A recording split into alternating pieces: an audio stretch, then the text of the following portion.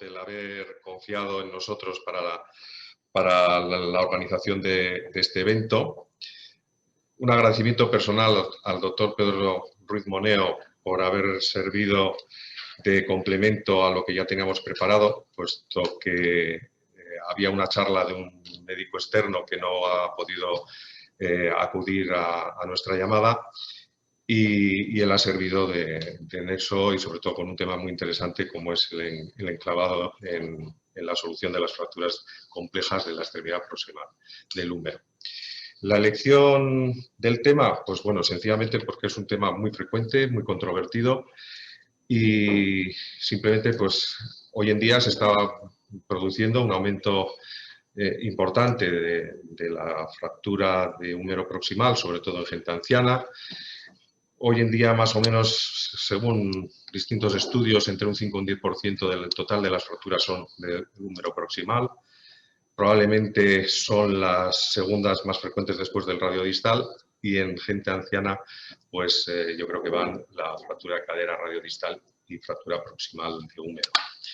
Está claro que las fracturas simples, estables, no desplazadas y tal, pues que constituyen la mayor parte, el 80% de las fracturas, tienen un tratamiento ortopédico.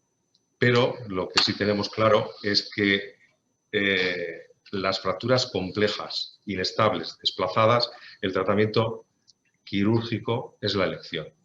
Dentro de ese tratamiento pues hay distintas modalidades, ¿no? De osteosíntesis, pues la elección de placa, técnicas MIPO, clavo, prótesis, y de eso va a tratar la reunión de hoy.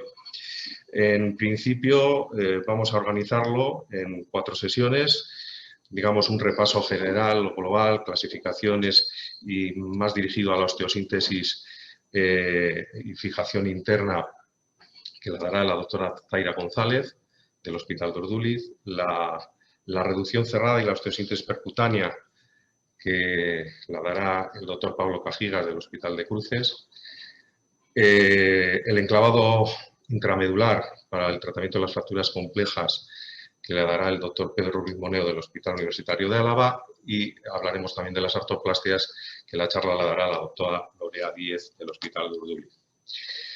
Bueno, simplemente decir que, bueno, en cuanto a la osteosíntesis moderna, digamos, con tornillos bloqueados y tal, esto es relativamente reciente. Más o menos las placas LCP pues, datan del año 2000 o finales del 90 y año 2000. O sea, es relativamente reciente dentro de lo que es la osteosíntesis. Los enclavados endomedulares, pues desde que empezó Kunchel en su momento, en los años 50, me parece que era, 50 y algo, con los clavos bloqueados, pues también es relativamente reciente. Y bueno, pues ahora tenemos un arsenal terapéutico muy grande y muchas veces, para tenerlo tan grande, no sabemos muy bien qué usar. Esto va a servir un poquito de repaso de todas las técnicas que existen y presentaremos, bueno, al final, una serie de casos clínicos con una votación en la que cada uno podrá participar y opinar y debatiremos sobre ello. Entonces, lo vamos a dividir. Primero las charlas, después de las charlas habrá un rato dedicado a preguntas, más que nada dirigidas a esas charlas. Yo serviré un poquito de moderador, se pueden mandar las preguntas y yo las transmitiré. Y después de la presentación de los casos clínicos quedará otro momento para discutir esos casos clínicos, si les interesa. Entonces, sin más, pues simplemente voy a dar paso a la doctora Zaira González, que nos va a hablar sobre las fracturas del extremo proximal del húmero, clasificación y tratamiento. Bueno, pues hola, buenas tardes. Yo soy Zaira González del Hospital de Urduliz. Y nada, tengo aquí una presentación donde resume un poco la clasificación y las recomendaciones de tratamiento sobre las fracturas de húmero proximal. Entonces voy a compartiros la presentación mientras charlo de ella y empezamos. A ver.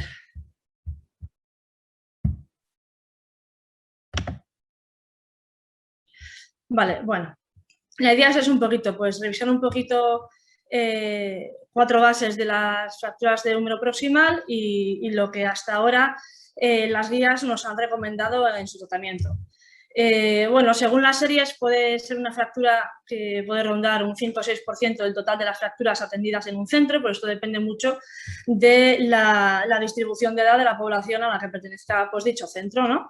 Hay una incidencia el doble en mujeres que en hombres, con una distribución bimodal. El primer pico de incidencia en mayores de 65 años, que el mecanismo de lesión es el que podemos ver pues, aquí en Don Juan Carlos, es una caída de frente, con los brazos en extensión intentando detener la caída. Son fracturas de baja energía y están en el espectro de la osteoporosis, que también, pues según qué trabajos se revisen, pues puede ser la tercera o la segunda en incidencia en este espectro. El otro pico de incidencia son fracturas de alta energía en pacientes más jóvenes de entre 40 y 65 años, corresponden a fracturas de alta energía y evidentemente serán más complejas, pues con más conminución, desplazamiento, luxaciones, lesiones neurovasculares o incluso pues, lesiones extensas de partes blandas. La fractura más frecuente dentro del total de las fracturas de húmero proximal es la fractura que afecta al cuello quirúrgico en pacientes ancianos. Y eso también tengo que perderlo de vista porque también forman parte del mayor grueso en los artículos de revisión. La anatomía del húmero proximal la solemos basar en las 4 partes de NIR, con un cuello anatómico donde estaba la antigua fisis, un cuello quirúrgico, que es la parte más estrecha bajo la cabeza, 2 tuberosidades, que son el troquíter, donde se nos insertarían el supraespinoso, infraespinoso y redondo menor, y el troquín, donde se inserta el subescapular, y cada uno pues, con su acción muscular correspondiente. Otros puntos óseos de interés en esta zona puede ser la corredera bicipital, que es la que delimita e incluso separa las fracturas las 2 tuberosidades. El calcar medial, importante sobre todo en temas de recuperación vascular de los fragmentos, y la inserción deltoidea pues, por el desplazamiento en fracturas que tengan una extensión más diafisaria. Las fuerzas deformantes que dependen de esta musculatura que hemos comentado, pues es lo que hace que el troquíter se nos desplace en rotación externa y hacia lateral, que el troquín se desplace en rotación interna y que la diáfisis, por acción del pectoral mayor, pues se nos vaya en dirección anterior y medial, dándonos pues, este patrón de desplazamiento de fractura que a veces dificulta su caracterización e incluso la planificación operatoria viendo las radiografías. Como todas las fracturas, pues tienen más riesgos, aparte del puramente óseo, como es el riesgo neurovascular, donde el daño depende mucho del patrón de la fractura, siendo obviamente pues, más frecuente esta afección general en fracturas con luxación, ya que se suele luxar pues, bajo el hueco coracoideo. Entonces, la lesión nerviosa más frecuente es el nervio axilar. Con ese pequeño dibujito pues recuerdan un poco las zonas de seguridad de los abordajes sobre el húmero, donde de la acrómina 5 centímetros en distal, pues digamos que es una zona segura, pero los 2 centímetros siguientes pues aconsejan no toquetear mucho, ya que esa es la zona donde solemos encontrar el nervio axilar. En cuanto a las lesiones vasculares, la arteria axilar puede ser hasta un 5% de incidencia, más en ancianos, obviamente en fracturas desplazadas o conminutas, también porque son las que suelen tener mayor energía en su producción, o las fracturas que tienen una luxación subcalcoidea. Hay que recordar que el principal aporte sanguíneo de la cabeza del húmero viene de la arteria circunfleja posterior y de las ramas anterolateral ascendente y acuata, sobre todo de esta última de la que depende la vascularización del troquíter. Como toda fractura necesita un estudio radiológico y como se ve en este diagrama, pues el hombro puede tener varios puntos de vista. Nos suelen hacer en realidad la proyección anterior-posterior de hombro, pero la que de verdad nos hace mejor asistencia de la articulación es la proyección verdadera, con una angulación de unos 45 grados hacia el hombro, por lo que bueno, pues la proyección simple AP de hombro no se aconseja para una correcta caracterización de la articulación. Otras proyecciones necesarias nos suelen hacer también la proyección lateral transtorácica, pues, sobre todo con unos problemas de visualización, porque necesitan una mayor penetrancia y tiene menor sensibilidad a la hora de ver ciertas estructuras por superposición. Y luego tenemos también la proyección de escápula en I. Esta proyección suele obtener mejor imagen porque hay menos superposición de estructuras y podemos ver la relación de prácticamente todas las estructuras del hombro. Por lo cual, pues, la proyección lateral transtorácica no es la más aconsejada, aunque sí es la más fácil de realizar. Aconsejan también valorar el hombro con una proyección axilar, con una que se consigue con una abducción de 90 grados, cosa difícil en un paciente con un hombro fracturado. En ese caso suele recomendar la proyección de Belpont, que bueno, pues se pedía al paciente que se emplease un poquito hacia atrás sobre el chasis de la radiografía y podríamos ver una proyección similar, o incluso realizar la proyección axilar de West Point, de como ya veis el paciente boca abajo simula la proyección axilar que hemos dicho en primer lugar.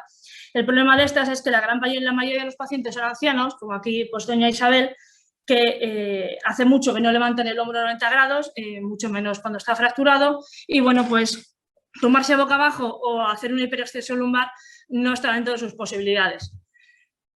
Podemos completar este estudio con un TAC si queremos o tenemos dudas de la posición de los fragmentos, existe mucha conminución y no podamos ver en la placa simple el patrón de la fractura, y obviamente con esto podríamos planificar una intervención, tanto en la decisión de qué material quirúrgico utilizar o incluso a no hacer nada si viéramos que una zona reconstruible.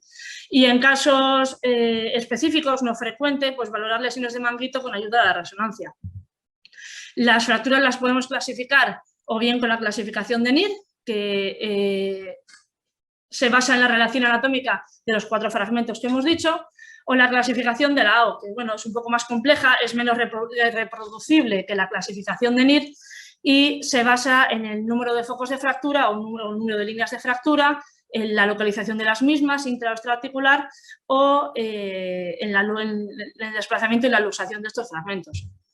Este artículo de 2018 habla un poquito del proceso isquémico en una fractura de húmero proximal y supuración posterior.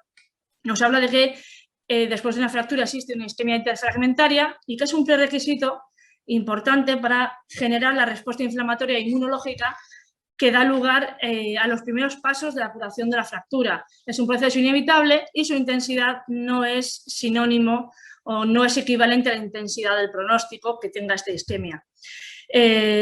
Posteriormente a esto, si se consigue un contacto vascular, conseguiremos una reperfusión precoz de la fractura.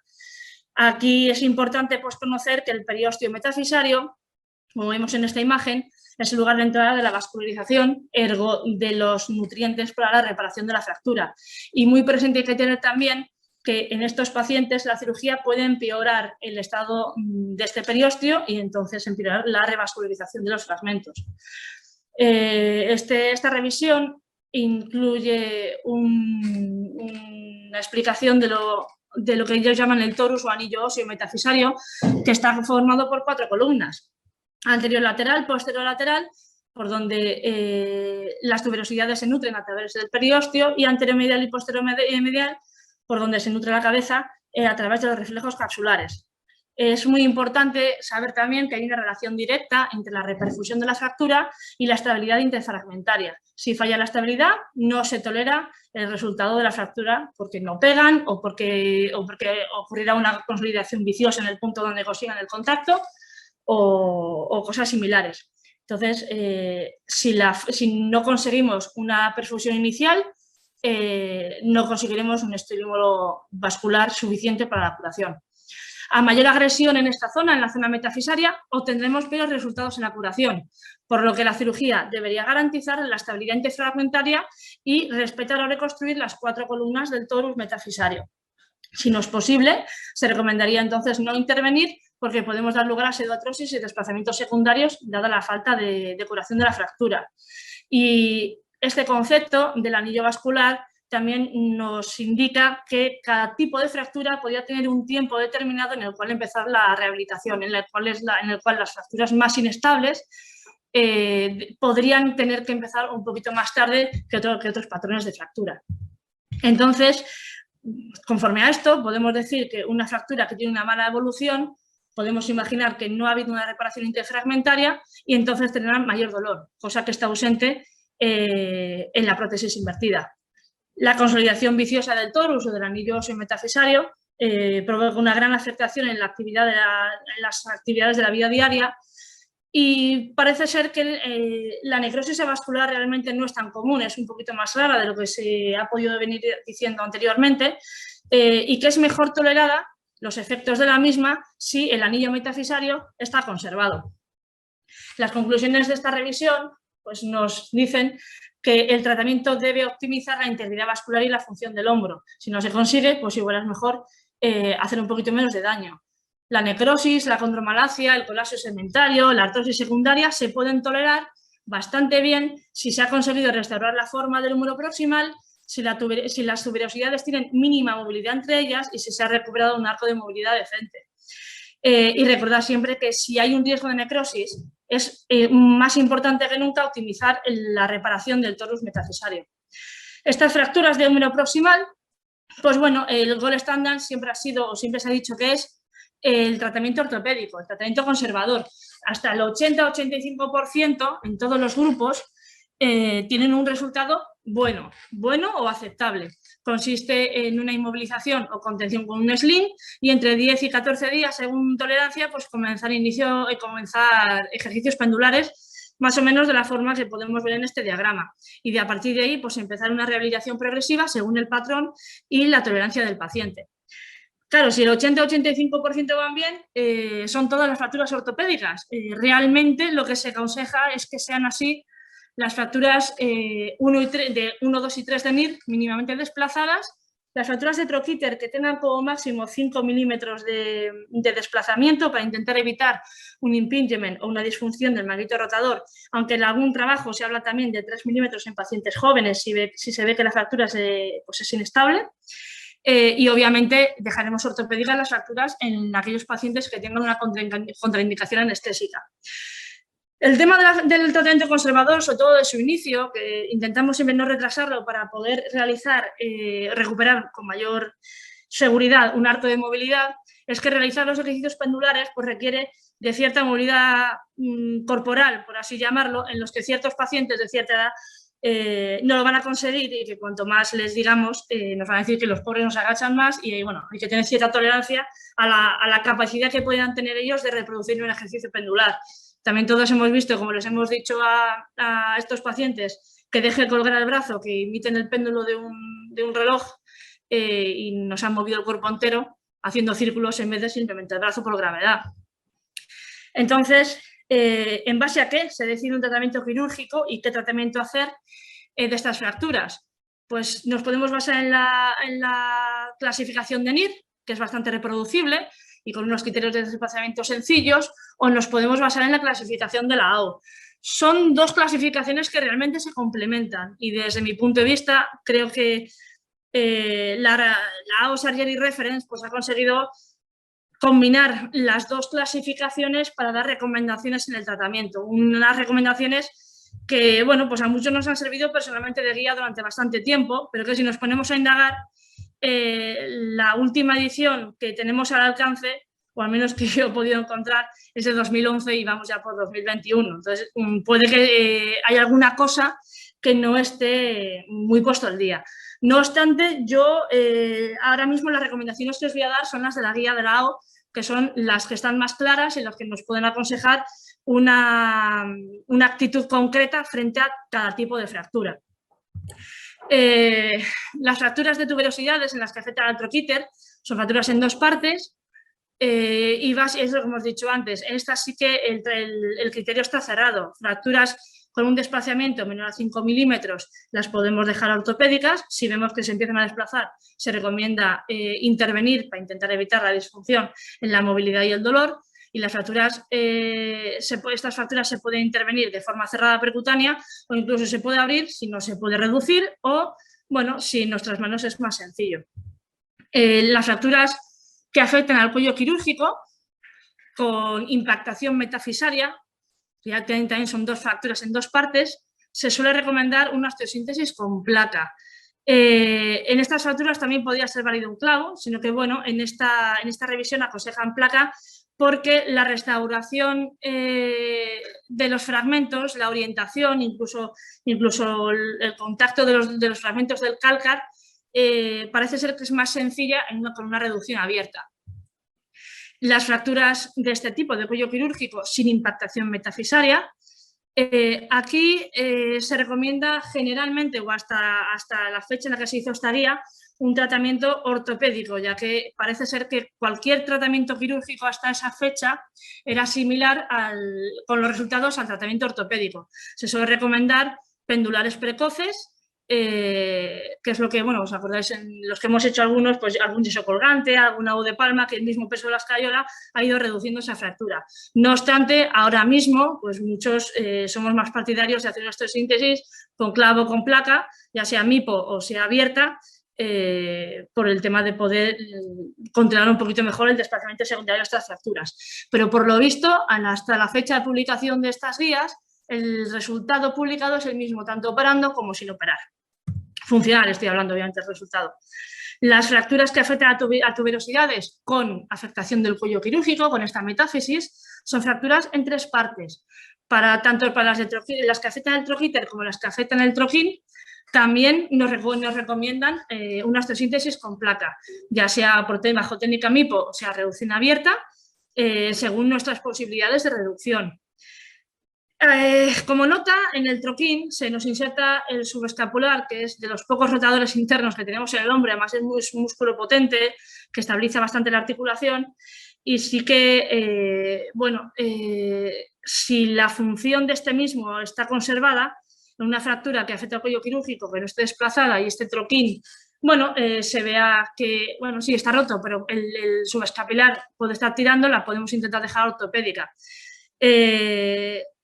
En cuanto a la osteosíntesis con clavo en estos pacientes con afectación del troquín, hasta ahora la fijación que han permitido muchos modelos de clavo pues no han sido compatibles con la reducción y con la estabilización de esta tuberosidad. Por eso, una es otra de las razones por la que apoyan la osteosíntesis con placa.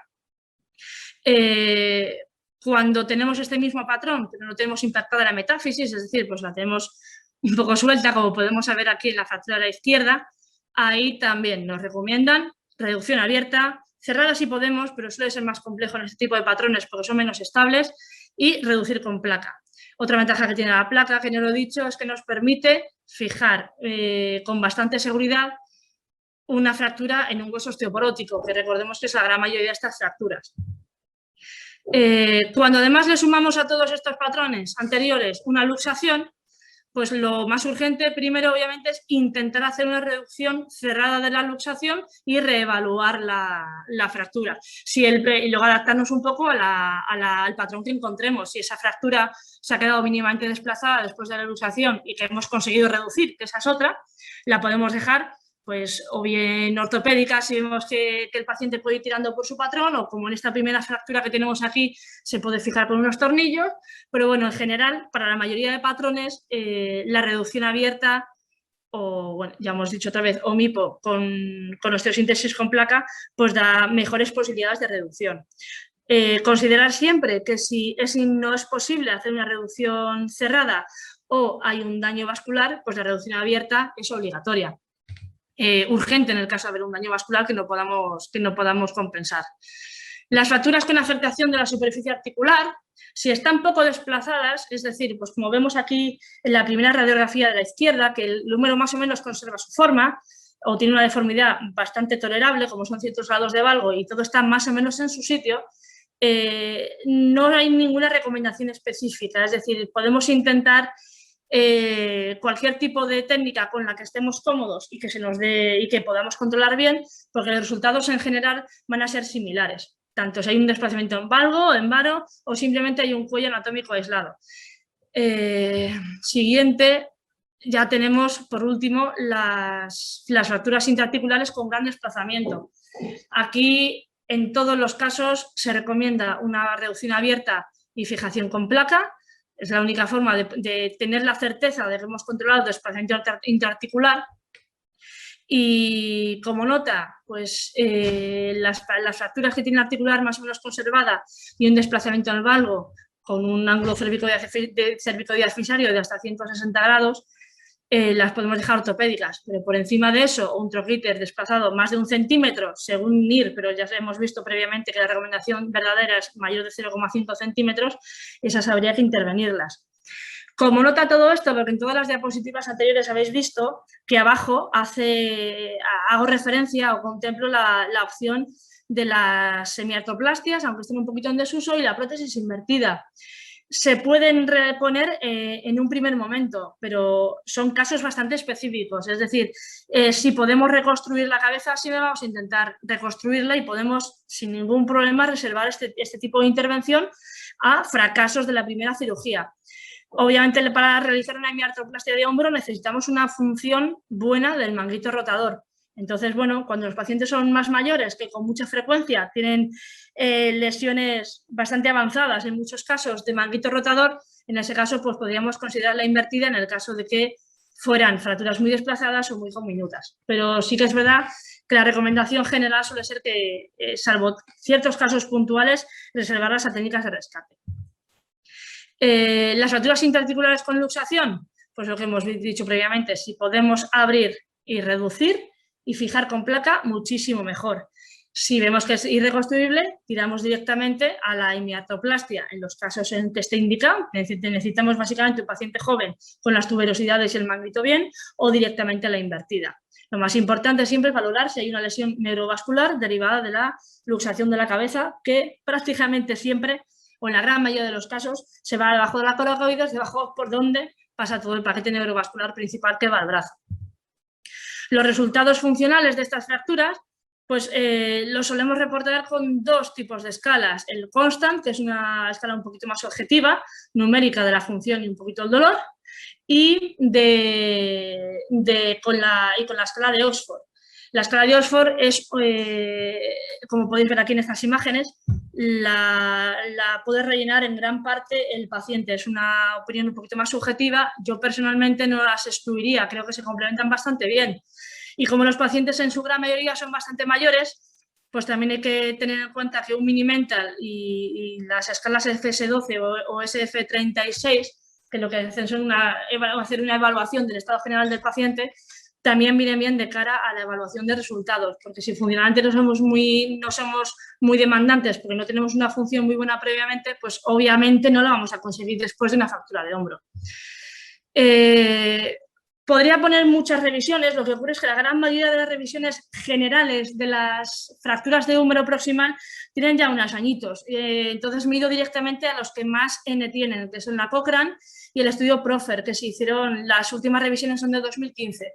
Y bueno, vuelvo a recordar que estamos en 2021, ya han pasado varios años. Los últimos artículos de revisión pues suelen ya empezar a mojarse, a hablar de técnicas, entre ellas diferencias, pues por ejemplo, clavo versus placa, ortopédico versus prótesis y esas cosas. Por eso ahí no voy a meter porque no es el objetivo de esta charla.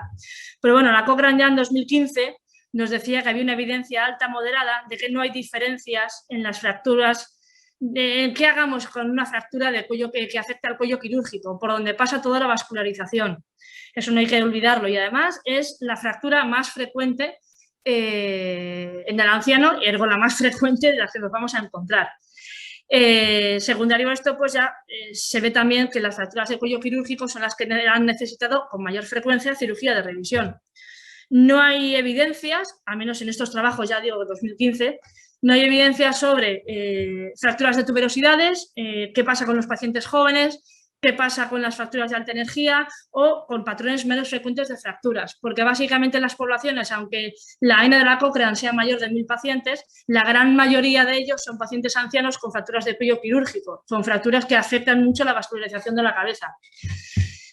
Y como ya he dicho antes, que me he adelantado un poquito, pues debido a esto y a la fecha de publicación de esos estudios, pues no había gran cantidad de estudios que comparasen el resto de modelos de tratamiento o incluso las modalidades de rehabilitación, cosa pues que desde esta fecha de publicación ahora ya vamos a ver en otras charlas seguramente que la cosa ha cambiado, que ya empieza a haber estudios sobre los resultados entre técnicas quirúrgicas.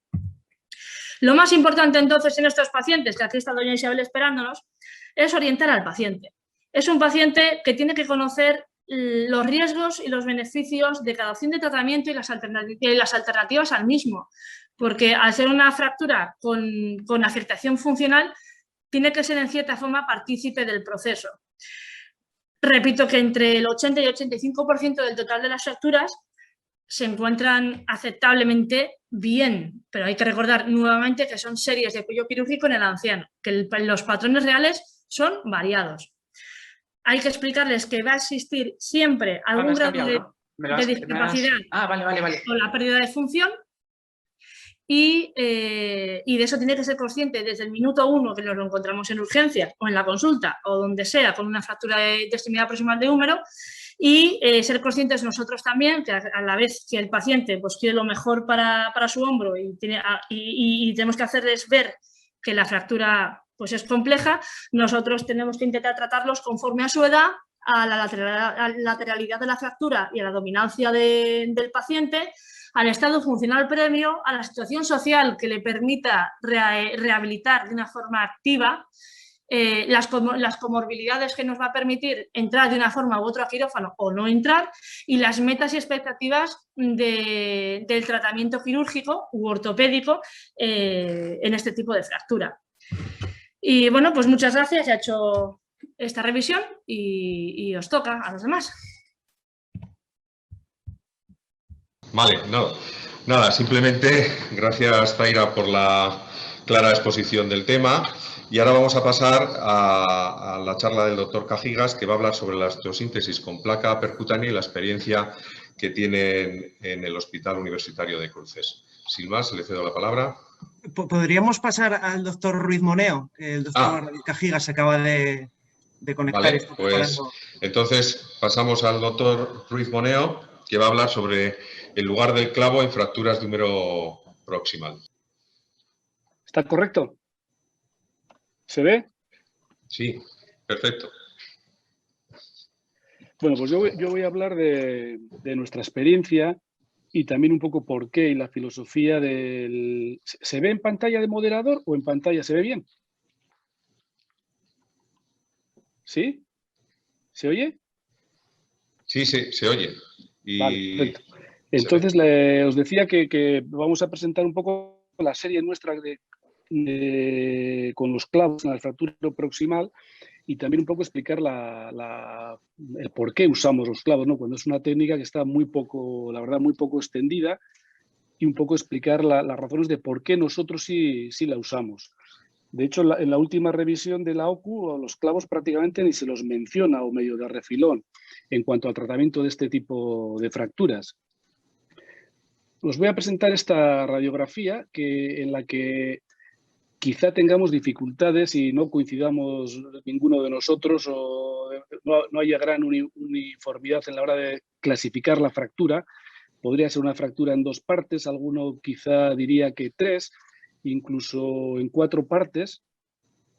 Y una vez de que habitualmente en nuestro medio casi siempre se pide ya un escáner cuando tenemos una fractura con la más mínima duda.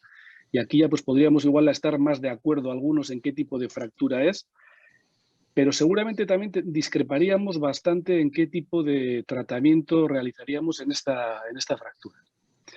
Nosotros creemos, o yo al menos me parece que es una fractura con deformidad en varo posteromedial en 3 fragmentos y como es una mujer de 77 años descartaríamos el tratamiento conservador y nos quedaríamos con este tipo de tratamientos. 77 años, una fractura en 3 fragmentos posteromedial, reducción y agujas por la edad, yo la descartaría. La hemiartroplastia por la edad también la descartaría. Y finalmente nos quedaríamos con las otras 3, ¿no? Una reducción y osteosíntesis, bien con placa o bien con clavo, o incluso ir a una reverse, a una prótesis invertida. Siempre, bajo nuestro punto de vista, es muy aconsejable el ir a quirófano, aunque vayamos con una idea un poco ya premeditada de osteosíntesis, colocar el rayo en la posición que tenemos protocolizada, que es muy importante a la hora de ir a quirófano, una buena colocación del rayo, porque es difícil ver dos proyecciones bien en el momento de la cirugía, y antes de empezar la cirugía ver la reducción de la fractura, la reducción cerrada de la fractura, y ver qué tenemos para decidir ya más en el momento de la cirugía qué tipo de técnica vamos a hacer. Lógicamente hay que conseguir una reducción lo más anatómica posible, evitando el varo, que sabemos que se asocia con mal resultado por impactación posiblemente de manguito rotador. Y entonces, una vez que conseguimos una reducción la mejor posible en el quirófano, decidimos ya qué vamos a hacer.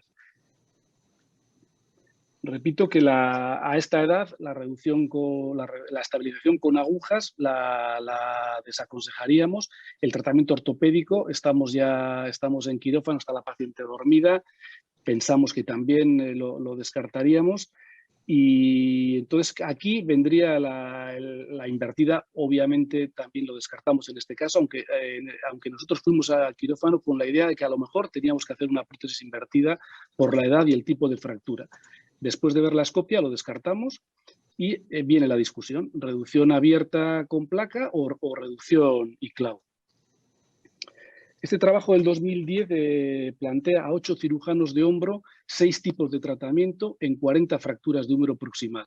Solo hubo 4 coincidencias, es decir, un 10% de unanimidad. Más adelante, ya recientemente, este otro trabajo también incide en lo mismo y se presentan 280 fracturas con 4 tipos de tratamientos posibles y se encuentra únicamente, fue a 3 fellows de hombro, y se encuentra únicamente unanimidad en el 50% de los casos, siendo solo 4 tipos de cirugías lo que se estaba hablando. Nosotros, cuando optamos por la osteosíntesis, la verdad es que somos más tendentes a la utilización del clavo endomedular y os explicaré luego por qué, ¿no? En principio es una técnica en la que se realiza muy poca disfunción de partes blandas, por lo que digamos que se preserva mejor el aporte sanguíneo a la cabeza. Y aunque no es una opción, la verdad, muy extendida, el gold estándar se puede considerar hoy en día en estas fracturas, que es la osteosíntesis con placa. Nosotros somos defensores en la mayoría de las fracturas del clavo. Nos gusta la manera de pensar de Boileau y en general de la escuela francesa, en que se nos dice que en la fractura de húmero proximal las fuerzas verticales tienen poca importancia y en realidad de lo que va a depender el resultado funcional es de la reducción y de las fuerzas horizontales. Por lo tanto, la placa no es que sea el mejor método para estabilizar las fuerzas horizontales en la fractura de húmero proximal. Y esta es una diapositiva de Boileau en las que vuelve a incidir que es demasiado hardware, demasiado metal, demasiado abordaje para una estabilización vertical que en el fondo se puede conseguir de otra manera. Y además, teniendo en cuenta que, repito, que las fuerzas importantes y lo que produce luego una disfunción en el hombro son la consolidación de la tuberosidad en buena posición, sobre todo de la tuberosidad mayor. Él dice que las placas efectivamente buscan estabilizar la cabeza cuando realmente lo importante es la estabilización horizontal de las tuberosidades. Pero también ocurre lo mismo con los clavos que se usaban al principio de primera generación, que en el fondo la disposición que tenía para los tornillos a la cabeza era únicamente a la cabeza, sin haber posibilidad de dirigir tornillos a lo verdaderamente importante, que es la tuberosidad mayor y la tuberosidad menor. Además, posteriormente los clavos de segunda generación eran clavos con cierta angulación, que tampoco es el clavo ideal. Es decir, ni el clavo ni la placa reducen la fractura. Se trata de estabilizar y la estabilización importante es las tuberosidades. La vía que utilizamos nosotros para el clavo, y vuelvo al caso que presentaba al principio, es una vía anterosuperior pequeñita cuando la fractura es relativamente sencilla, es decir, es una transdeltoidea, pero con un abordaje pequeño y se abre el intervalo rotador.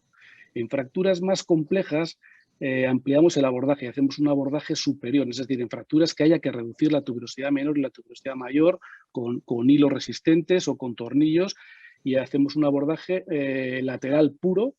Esta sería la incisión del deltoides, transdeltoidea, y en la piel se puede hacer un abordaje también vertical o el horizontal en SAM. En fracturas que son en 2 fragmentos o en fracturas diafisarias, este abordaje es bastante práctico y muy poco agresivo, el abordaje por el portal de Messiaser.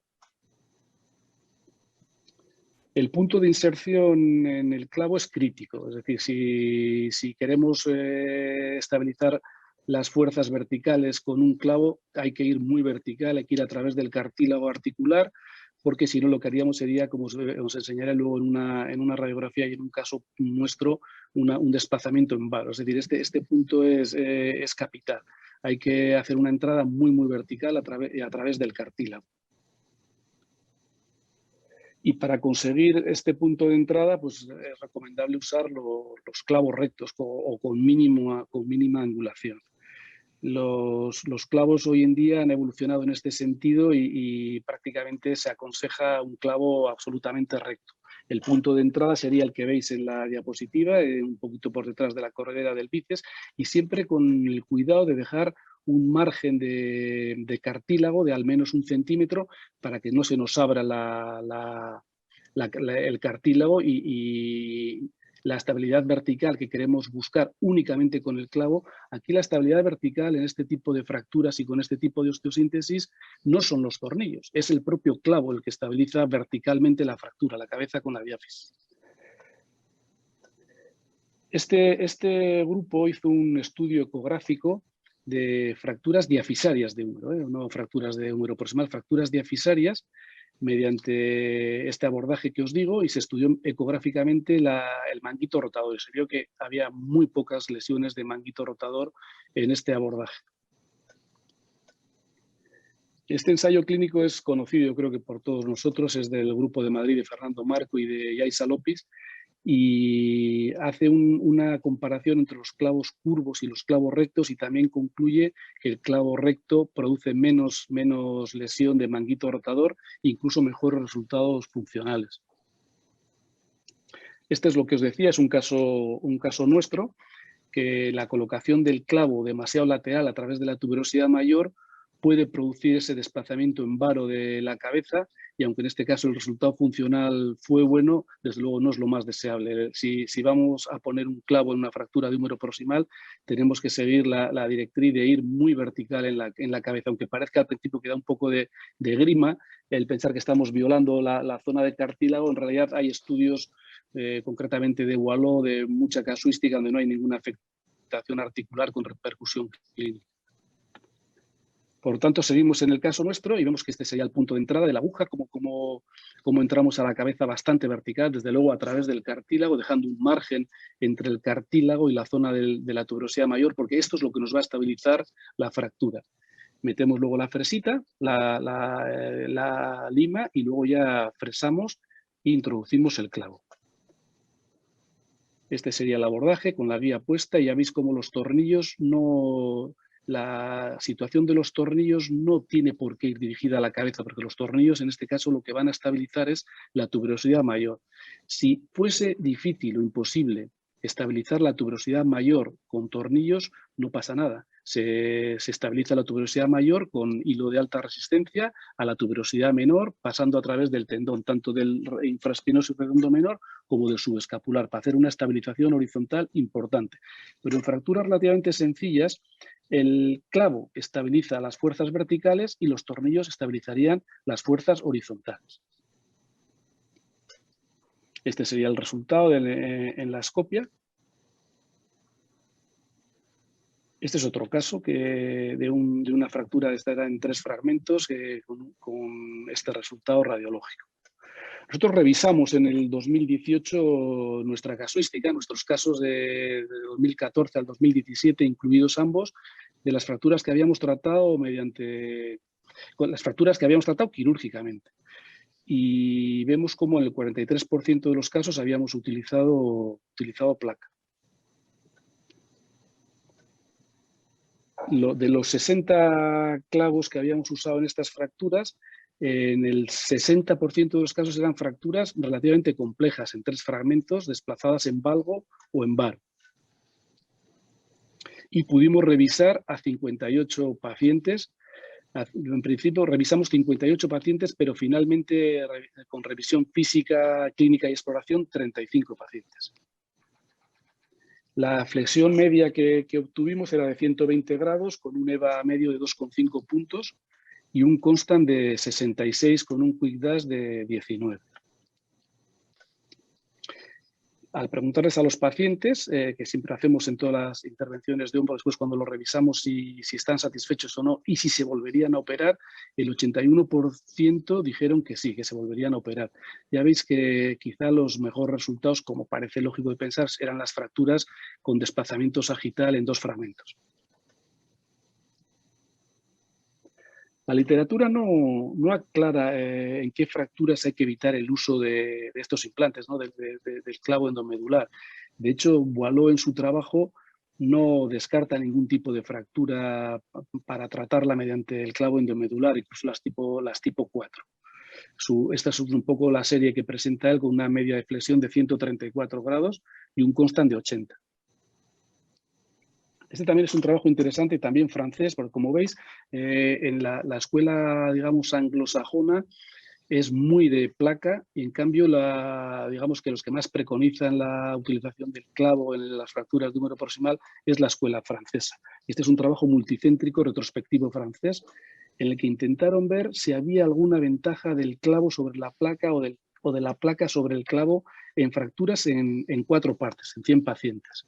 La verdad es que no concluyeron nada especial, no parece que había muchas diferencias y la diferencia que encontraron, que es que eran partidarios de utilizar placa cuando la bisagra medial estaba bien, o al menos nosotros no la entendemos muy bien, no nos parece que sea un motivo para usar placa.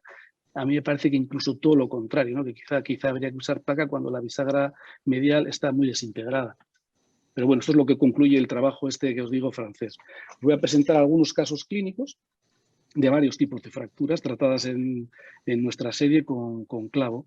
Esta es una mujer de 65 años con esta fractura, podemos decir, en 2 fragmentos, siendo benévolos, con un desplazamiento sagital. Nosotros usamos más la clasificación de Recce, de fracturas en 2 fragmentos con desplazamiento sagital, en fracturas en 3 fragmentos en varo, fracturas en 3 fragmentos en valgo y fractura luxación.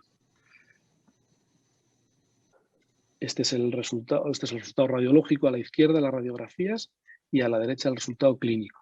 Un constant de 78 con un quick dash de 4. Esta es una fractura en 3 grados en valgo de una mujer de 78 años. Resultado radiológico, ya veis que los tornillos, no se trata de ir a la cabeza, a estabilizar la cabeza, sino más bien estabilizar las tuberosidades. Y el resultado funcional con un constant de 48 y un quick dash de 2. Fractura tipo 4 en varo con una mujer de 65 años. Vamos a ver el escáner a continuación. La reducción y la estabilización con el clavo y el resultado funcional, en este caso moderado, con un constant de 63. Este es un caso reciente, no es de la serie que os presentaba antes. Es una fractura en valgo en 3 fragmentos con la reducción. Aquí no tenemos las radiografías del resultado funcional. Y lo que sí quizá estemos todos de acuerdo es en la indicación del clavo, ¿no? Sería este caso, ¿no? Una fractura bifocal, fractura de húmero proximal con fractura con extensión diafisaria. Y este es el resultado radiológico de la intervención, de la estabilización mediante clavo. No siempre usamos clavos, obviamente, en las fracturas. Bueno, hay fracturas complejas como esta de un paciente joven de 53 años, brazo dominante, un traumatismo en bici y un trabajador activo. Ya veis aquí, ya podemos adivinar que se trata de una fractura de split compleja. Y este es el escáner, confirma la fractura de split, su luxación posterior. Y aquí yo creo que quizá pues muchos de nosotros pensaríamos bueno, que igual habría que ir a la hemiartroplastia, ¿no? Por la edad y por el tipo de fractura, pero si en quirófano, como os digo, conseguimos una reducción pues que nos parece que por la edad joder, podemos darle una oportunidad a la osteosíntesis, pues en este caso nosotros nos animamos a la osteosíntesis y nos animamos al clavo. A pesar de la imagen esta del escáner que veis, de los fragmentos de la cabeza, nos animamos al clavo. Obtuvimos esta reducción en quirófano, hubo que retirar creo que un tornillo porque hizo un poco de protrusión. Este es el resultado radiológico, no es malo y el resultado funcional es muy bueno. Este es al año esto era la exploración clínica al año de la cirugía. El resultado funcional yo creo que muy bueno. Entonces, ¿cuáles nos parece a nosotros que son los límites de la indicación en el clavo endomedular? Pues hombre, una fractura no reductible o no osteosintetizable, porque a veces las puedes reducir, pero es muy difícil de osteosintetizar, y en un paciente joven. Aquí podría haber sido el caso anterior que os he presentado, que íbamos también con la idea de la hemiartroplastia, pero al final nos decidimos por la osteosíntesis y la verdad es que acertamos, yo creo. En este caso sería un límite en esta indicación, ¿no? El que optaríamos por una hemiartroplastia paciente joven donde es una fractura no reductible o malamente osteosintetizable. Otra limitación pues sería una fractura con gran desplazamiento no reductible en el paciente anciano. Aquí la alternativa sería la prótesis invertida. Y otro caso pues sería la fractura luxación, donde hay necesidad de un abordaje deltopectoral para la reducción. Esta es una mujer de 66 años que, bueno, para deciros que nosotros no somos muy dogmáticos ni talibanes del clavo, ni muchísimo menos. Ya habéis visto que en la serie había bastante porcentaje también de placas y este es uno de los casos en la que sí usamos una placa, es decir, también usamos placas, no cabe duda. Entonces, por resumir, y voy acabando ya, ¿por qué clavo? Pues yo básicamente porque yo creo que el abordaje superior, que es el abordaje para mí principal y con importantísimas ventajas en la fractura de húmero proximal, es el abordaje superior donde tú ves de frente cómo están las tuberosidades y ves la cabeza y eres capaz de reducir desde enfrente lo que desde un abordaje anterior difícilmente es hacerlo de una manera óptima el abordar la parte posterior, ¿no? de la tuberosidad mayor. Entonces, una de las razones de por qué usamos clavos es porque el abordaje superior facilita mucho el uso del clavo.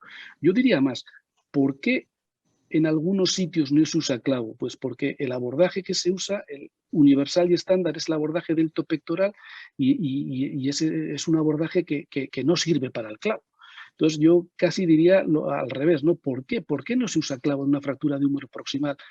Aunque hagas un abordaje abierto, que lo hacemos muchas veces, el abordar la tuberosidad menor y la mayor desde el abordaje lateral es muy fácil de reducir la fractura.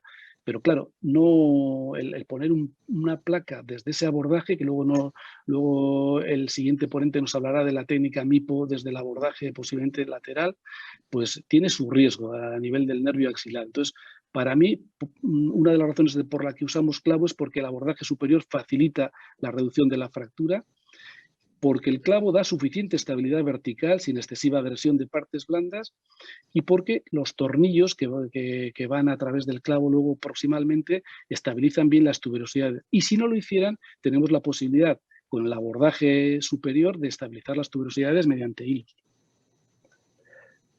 Pues para llevar a casa, pues quizá que hay que intentar siempre antes de la cirugía hacer una reducción cerrada mediante escopia y que sea el último paso a la hora de decidir qué tipo de técnica vamos a realizar. El clavo intramedular es una alternativa buena, pensamos en fracturas incluso complejas de húmero proximal. El abordaje más adecuado para estas fracturas, incluso para la prótesis invertida en fracturas, es el abordaje superior. Y que obviamente si vamos a usar un clavo, el punto de entrada tiene que ser medial, muy vertical, y usar un clavo recto. Y para concluir, que no hay consenso ni sobre la clasificación de qué tipo de fractura estamos hablando, ni sobre qué tipo de osteosíntesis vamos a realizar en esa fractura en concreto. ¿eh? Pues nada más, muchísimas gracias.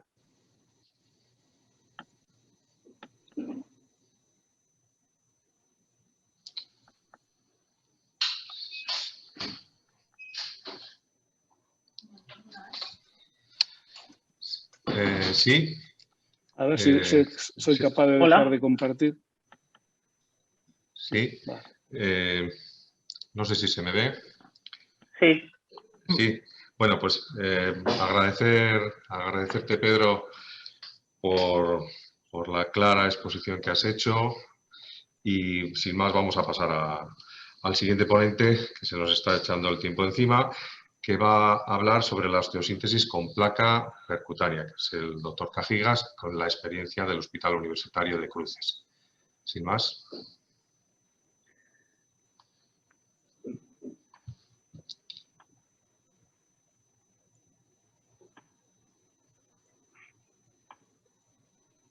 Hola, ¿se me ve bien? Se te oye. La presentación perfectamente. ¿Se me oye? ¿Estoy compartiendo bien la pantalla? No. Ahora. Ahora sí, ¿no? Ahora sí. Vale. Bueno, buenas tardes a todos. En este foro ahora vamos a discutir un poco nuestra posición con la placa percutánea. En comparación a lo que ha dicho ahora el doctor Ruiz Moneo, defendiendo el clavo. Sí que es cierto que si hay alguna fractura en la que no hay consenso en qué tipo de tratamiento es la de húmero proximal. Pero bueno, hablaremos de un par de puntos que ha dicho él en los que estamos de acuerdo y otro en el que no, y ya veremos. Sobre todo en cuanto al mayor de los riesgos que presenta este abordaje. Entonces, como ya sabemos, pues las fracturas de húmero son muy comunes y las placas percutáneas en nuestro medio son cada vez más empleadas en el Hospital de Cruces. Las indicaciones pues son muy amplias, son tanto fracturas en 2, en 3 o en 4 fragmentos. Hemos visto que puede servir para todo tipo de fracturas siempre que tengamos en cuenta una serie de mínimos. Y como es una tendencia un poco general, siempre intentamos hacer osteosíntesis en una fractura de húmero antes que una prótesis. Siempre es mejor una buena osteosíntesis y se puede conseguir. Y lo que queríamos hacer era un estudio de todas las placas percutáneas que se han puesto en este hospital desde el año 2016 y ver cuál es el resultado clínico, cuál es la funcionalidad y sobre todo cuáles son esas temidas complicaciones mayores que pueden echar para atrás a la gente o replantearse el uso de estos abordajes o de estos implantes. Entonces, lo que queremos conseguir siempre es una osteosíntesis estable con una mínima lesión tisular, tanto el abordaje superior para el clavo que acaba de comentar antes el doctor Moneo, como este abordaje MIPO. Lo que queremos es eso, hacer menos daño a las partes blandas, respetando la biología. Estamos de acuerdo en que el abordaje lateral es mucho más sencillo que el abordaje anterior, clásico del pectoral. Y el punto 3 es muy importante. La intención es hacer un abordaje percutáneo, pero muy importante, no darle tanta relevancia a hacer una incisión de 1 centímetro, de 2 o de 2,5. Se trata de hacerlo poco, pero lo suficiente para que cumplamos el punto 1, es decir, que la osteosíntesis sea estable y que reduzcamos bien la fractura. Si no, por muy mipo que vayamos, no vamos a conseguir un buen resultado. Este abordaje también permite añadir injerto o cemento desde la cara lateral, abriendo las tuberosidades y tenemos todo ahí de frente. Y como es natural en todo tipo en algunas fracturas especiales siempre tenemos que tener previsto un plan B, da igual que nuestro implante tengamos mucha experiencia, hayamos puesto muchos, tengamos mucha confianza, siempre hay un plan B en algunos casos. Y ya vamos con lo de siempre, el nervio axilar se puede lesionar, es un abordaje que lo pone en peligro, si se lesiona es un desastre. Desde este abordaje, pues igual los defensores, sobre todo del delto pectoral, no consideran que se pueda reducir bien la fractura o no están igual de cómodos. Ya iremos viendo si eso es cierto o no en nuestra experiencia. Entonces, el abordaje es muy sencillo, es desde la cara lateral, es directo y es anatómico. Tenemos ahí las 2 tuberosidades, que son las que tenemos que aislar, identificar bien y generalmente separar para poder abordar la cabeza y reducir la fractura. Es donde tenemos que perder el tiempo. No en el abordaje, porque el abordaje es sencillito, sino en la reducción de la fractura. Y en la clásica distancia de 5 centímetros del gran temido nervio axilar. Eso siempre hay que meter el dedito y asegurarnos de que palpamos una cuerda fibrosa, comentarlo a un compañero, si está él de acuerdo, etcétera, antes de proseguir y antes de poner el implante, por ejemplo, por encima de la placa, etcétera. Y respecto a esos miedos, pues un artículo muy interesante que encontré, una revisión sistemática, abordaba muchos estudios de un total de casi 800 pacientes y comparaba los abordajes MIPO con el abordaje extendido. Entre los abordajes MIPO, solo hubo 3 casos de lesión nerviosa axilar. Esto es un 0,38%. Sin embargo, una cosa más importante que me pareció a mí es que había hasta un 11% de casos con impeachment subacromial o colapso en varo de la fractura. ¿Qué quiere decir esto? Que puede ser que hemos tenido tanto miedo en no dañar el nervio que hemos dejado el implante demasiado por encima. Entonces, esto es importante porque si de verdad el nervio no está tan en riesgo o es muy difícil lesionarlo, igual estamos cometiendo un error al posicionar el implante demasiado superior, y es un error que también nosotros hemos tenido en nuestra experiencia. Un par de detalles respecto al número de tornillos en la cabeza, porque hay algunos implantes que lo limitan o que te aconsejan poner demasiado pocos, quizás. Hay un estudio en cadáver, eso sí, que recomienda, es un estudio muy nuevo de este año que estamos revisando, un mínimo de 7 tornillos en la cabeza. Por otro lado, respecto al uso de cemento, ya que algunas placas percutáneas permiten el uso de la cementación al usar tornillos calulados, 2 artículos interesantes. Uno, en el laboratorio, un estudio del año pasado que analizó la orientación idónea de los tornillos y de cuántos hay que cementar. Y si cementas, por ejemplo, 2, 3 o 4, ¿cuáles serían los que habría que cementar para tener una mayor resistencia en la cabeza del húmero para evitar un fracaso? Y un estudio, el único estudio clínico que compara fracturas de húmero proximal cementadas con placa contra versus fracturas de húmero cemental no cementadas, comparó 24 pacientes de cada uno y vio que el constant, la experiencia clínica, no variaba. Es difícil realmente de esto demostrarlo, pero sí que, como es de esperar, había un menor colapso radiológico y una menor penetración articular de los tornillos o del implante, quizá porque aumentamos la fijación y la estabilidad. Esto es lo que yo os comentaba, que es interesante respecto a la configuración de los tornillos.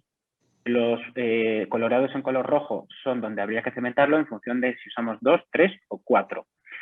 Y en nuestra experiencia tenemos aquí 3 casos de placas percutáneas que se han cementado, puestas, como vemos, 2018, el año 2019 y 2020.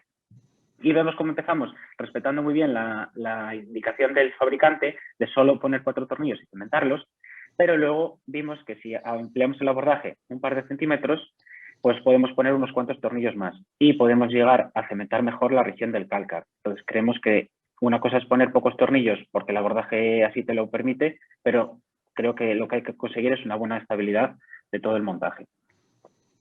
Entonces, yendo ya a lo que ha sido nuestro estudio, es un estudio retrospectivo, no hemos hecho todavía este análisis estadístico, aquí en el Hospital Universitario de Cruces, y hemos comparado, o sea, hemos analizado todas las placas, como ya dije antes, percutáneas puestas en el hospital, y empezamos en el 2016.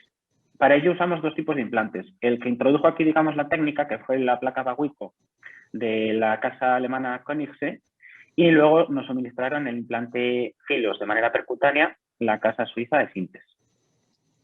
¿Y qué queríamos destacar? Pues algunos detalles concretos que creo que son útiles y relevantes. Como detalle para aquellos jefes de servicio que vean que nuestro número de días en la urgencia ha disminuido desde que se estrenó el Hospital de Urduliz, el número de días hasta la cirugía, casos de lesión nerviosa axilar, cuántos casos hemos pasado a convertir a prótesis, en cuántos se ha retirado el material, por alguna de las razones, y muy importante, la movilidad después de acabar la rehabilitación de manera objetiva. Aquí están los 2 implantes que os comentaba. La placa Filos de manera percutánea, lo que el fabricante recomienda es poner solo 4 tornillos en la cabeza. Esto hemos visto que lo que os digo, si abrimos un poquito más el tejido subcutáneo, enseguida podemos poner un par o 3 más de tornillos. Y sí que en estudios en cadáver, el nervio axilar, digamos que es constante a nivel del orificio D, porque los estudios se han hecho con esta placa. Y la placa Baguico, que es la primera, hemos visto que sí que en la cabeza tiene hasta 8 tornillos, por lo que permite un mayor número de tornillos y por lo tanto una mayor fijación. Vale. Como digo, son 91 pacientes cuya edad media ha sido de 62 años, variando desde tan joven como 17 hasta 87 años. Nos hemos animado con esta nueva técnica. La proporción de varones y mujeres es claramente mayoritaria a favor de las mujeres, 3/4 partes de las mismas, encaja con el tipo de fractura osteoporótica que ya conocemos. Y la lateralidad para los amantes de las estadísticas, pues como era de esperar, bastante repartido. El tipo de fracturas, como es normal, en la urgencia siempre se realiza TAC, salvo en casos muy, muy concretos, pero yo creo que de los que he revisado, todos los pacientes tenían TAC. Los clasifican en 2, 3 o 4 fragmentos. Así es como hemos decidido hacer este estudio. Y la gran mayoría es de 3 fragmentos. Sí que es cierto que muchos de... Cuando tú entras en quirófano, la de 3 fragmentos ves que en realidad la tuberosidad menor, que es la gran duda, puede estar rota mínimamente, pero que a veces no exige ningún tipo de maniobra para reducirla. Y solo hubo 3 casos de fracturas con luxación. Esto es un típico ejemplo, fractura en 3 fragmentos, aunque el cuello está muy poquito, pero era mínimo, y el torquíter pues lo llevamos a su sitio. Ahí vemos el abordaje más o menos percutáneo, pero la idea es que sea muy sencillo, sobre todo desde la cara lateral, que ha sido, digamos, la gran innovación que hemos desarrollado. Otro tipo de fractura en 2 fragmentos a nivel del cuello quirúrgico, también. Ponemos la placa y muy fácil, ¿no? Igual que esta. También 3 fragmentos, reducimos, plaquita. ¿Siempre va a ser así de fácil? Pues hombre, no. Y como decía antes, es importante tener un plan B. En este caso, pues esta fractura quizá nos animamos demasiado con 79 años. El escáner ya nos mostraba que, hombre, que no le quedaba mucha reserva ósea y nos animamos a intentar poner una placa, pero vimos que después de un buen rato de intentar reducir las tuberosidades no había manera. Y ahí está el resultado, pues una prótesis invertida. ¿Por qué? Porque la habíamos pedido, porque en nuestro hospital pues hay que pedirlas cuando anticipas que lo vas a necesitar y así evitas el mal trago de no poder salir del paso. Y bueno, al final, pues 5 años de estudio pues dan para bastante. De momento van 91 y después de este estudio creo que van a ir unas cuantas más porque los resultados, como vamos a ver, pues son bastante esperanzadores. Aquí está el análisis de los diferentes años. Empezamos lentamente en el 2016 y luego cada vez pues un número sostenido de entre pues, unas 20 fracturas al año y yo creo que es una técnica que a todos nos ha convencido dentro de nuestra unidad, por lo menos en la unidad de miembro superior. Entonces, analizando ya nuestro estudio, primera variable a considerar, por un poco anecdótica, pero que también puede ser relevante, es decir, este implante, si una placa respecto, por ejemplo, al clavo que comentábamos antes, si puede dar molestias locales al hacer un implante extraarticular, etcétera, o sea, extraóseo, perdón, pues solo retiramos el material en 3 fracturas.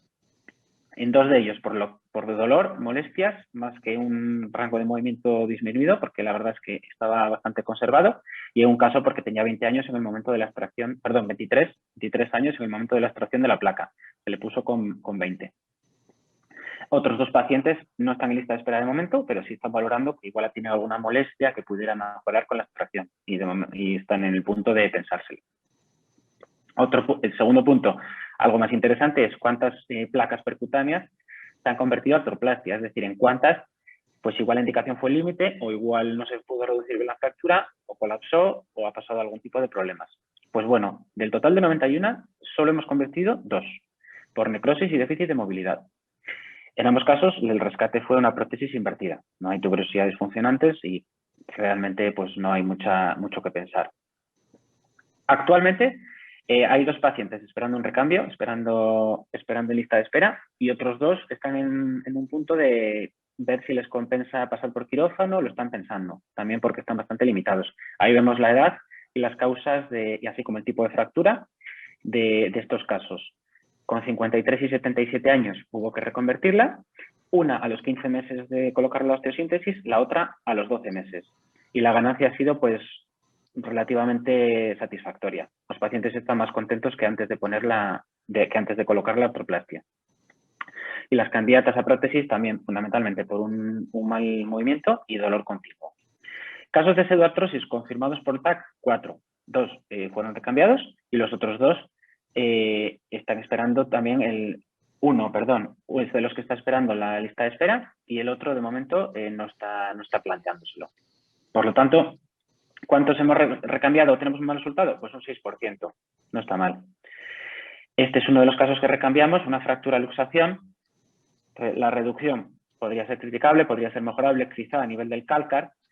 Hemos dado un poco de tiempo, pero ya en el posoperatorio más tardío vemos efectivamente cierto colapso de la cabeza, necrosis y el paso siguiente que es la artroplastia. Y el otro caso recambiado, en este caso no fue una luxación, sino que fue que había mucha conminución. O sea, quizá pecamos aquí de demasiado optimistas. Y en este caso no pusimos ninguno de los añadidos que os he comentado, de sustitutivos óseos, sintéticos o cemento. Quizás ese también fue otro de los errores que habría que replantearse. Esta es la reducción, que a nivel del cálcar tampoco es demasiado brillante, y el resultado pues es el esperado en estos casos a veces un poco límites. Pero es verdad que si solucionas el caso con una osteosíntesis MIPO, pues hombre, el paciente va a estar contento y creemos que la cirugía también es más sencilla que una prótesis de inicio.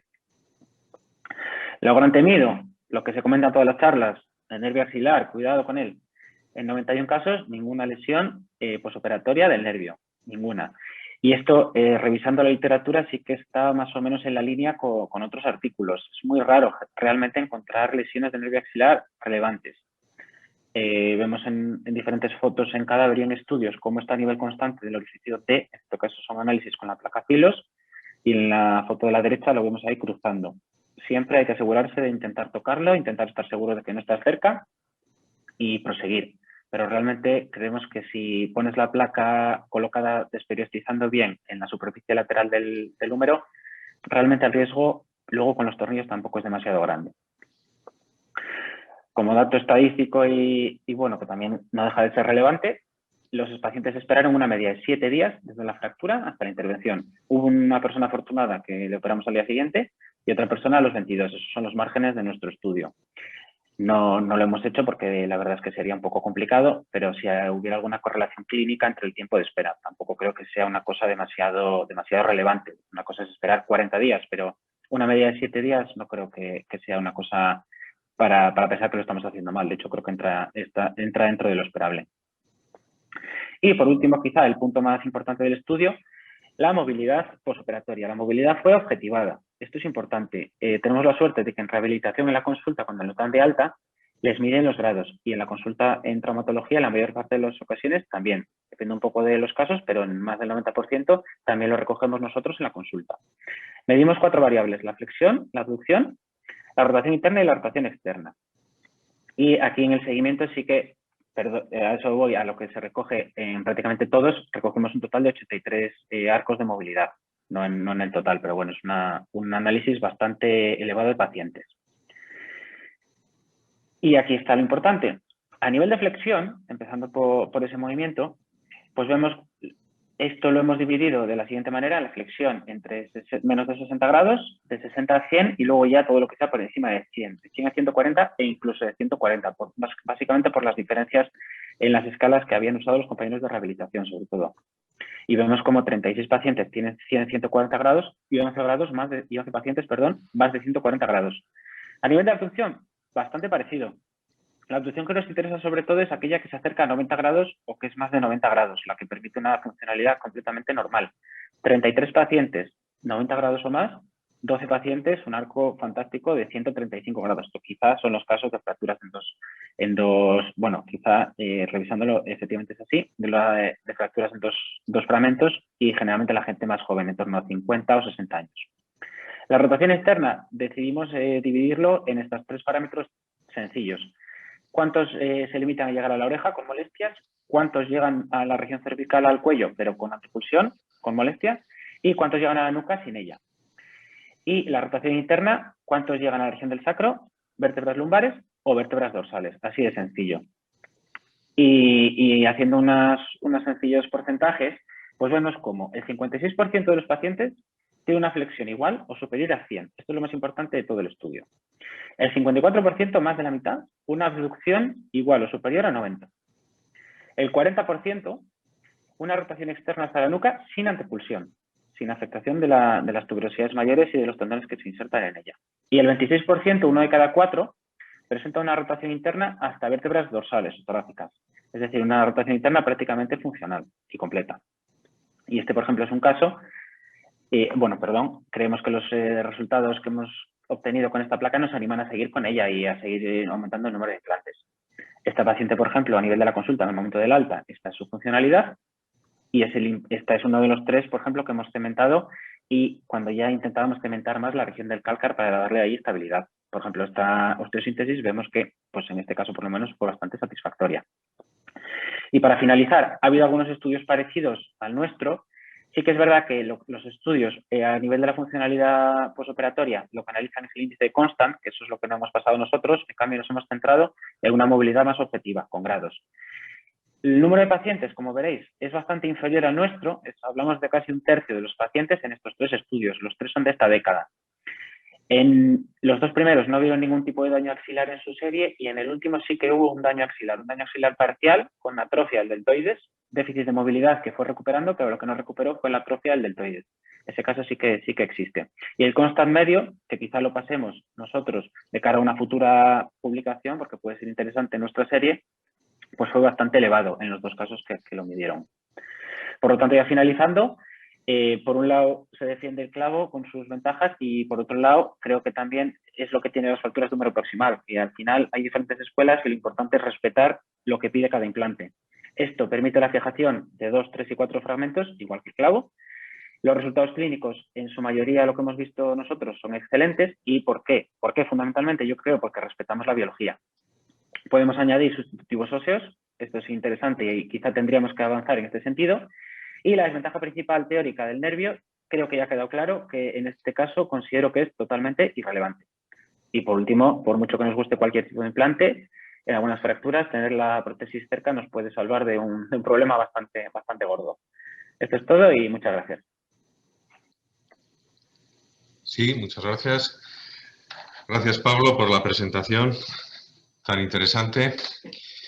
Y sin más, vamos a dar paso a la siguiente presentación, que es el papel de la prótesis de hombro en la fractura de húmero proximal, que la dará la doctora Lorea Díez del Hospital de Urduliz. Hola, buenas tardes. Isaac, eso, que seguía viendo lo de Pablo.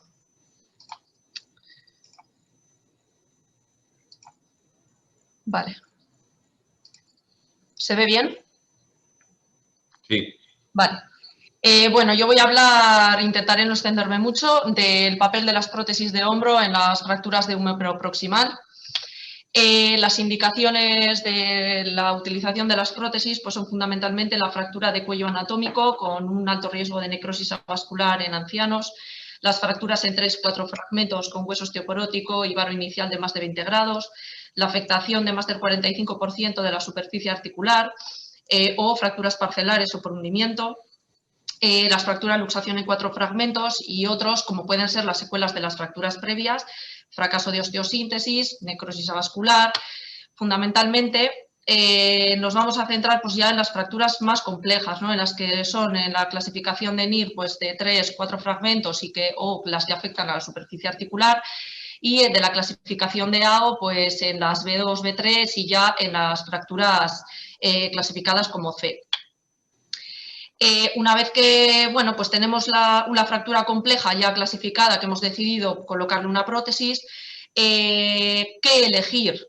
¿Una hemiartroplastia o una invertida? La hemiartroplastia actualmente presenta resultados variables, de ahí que su utilización esté en disminución. Su éxito depende fundamentalmente de la consolidación de las tuberosidades y del estado del manguito rotador. Y es importante el correcto posicionamiento de las tuberosidades, la longitud, el tamaño de la cabeza y la retroversión correcta entre 20 y 30 grados. Si ponemos una prótesis sobredimensionada, si queda el troquíter descendido, o si ponemos una versión que no es la correcta, pues está abocada al fracaso. Ahora mismo, actualmente, las prótesis, las hemiartroplastias, han mejorado bueno, relativamente debido a que ahora hay vástagos específicos para fracturas que presentan una ranura específica pues, para colocar una pastilla de hueso pues, sacada de la propia cabeza humeral del paciente, que permite bueno, pues que sea el injerto óseo para que las tuberosidades consoliden al ser suturadas sobre el mismo injerto y sobre el vástago de la prótesis. Este tipo de vástagos duplican la tasa de consolidación de las tuberosidades hasta el 87% respecto a los vástagos tradicionales que presentaban el 45%. Clínicamente, los resultados son similares al tratamiento conservador, por lo que cada vez se utiliza menos. Y dan buenos resultados respecto a la disminución del dolor en fracturas de 4 fragmentos, pero presentan una disminución de la movilidad importante, especialmente a la abducción, elevación y rotación externa. En cuanto a la prótesis invertida de hombro, pues se ha incrementado su uso pues precisamente por el tema de la pseudoartrosis de las tuberosidades que se observan pues, al implantar las semiartroplastias. Las indicaciones son fundamentalmente pues, hombros en los que ya hay roturas masivas de manguito irreparables, hay una conminución importante de las tuberosidades, cuando ya hay una glenoides artrósica añadida a la lesión degenerativa del manguito rotador.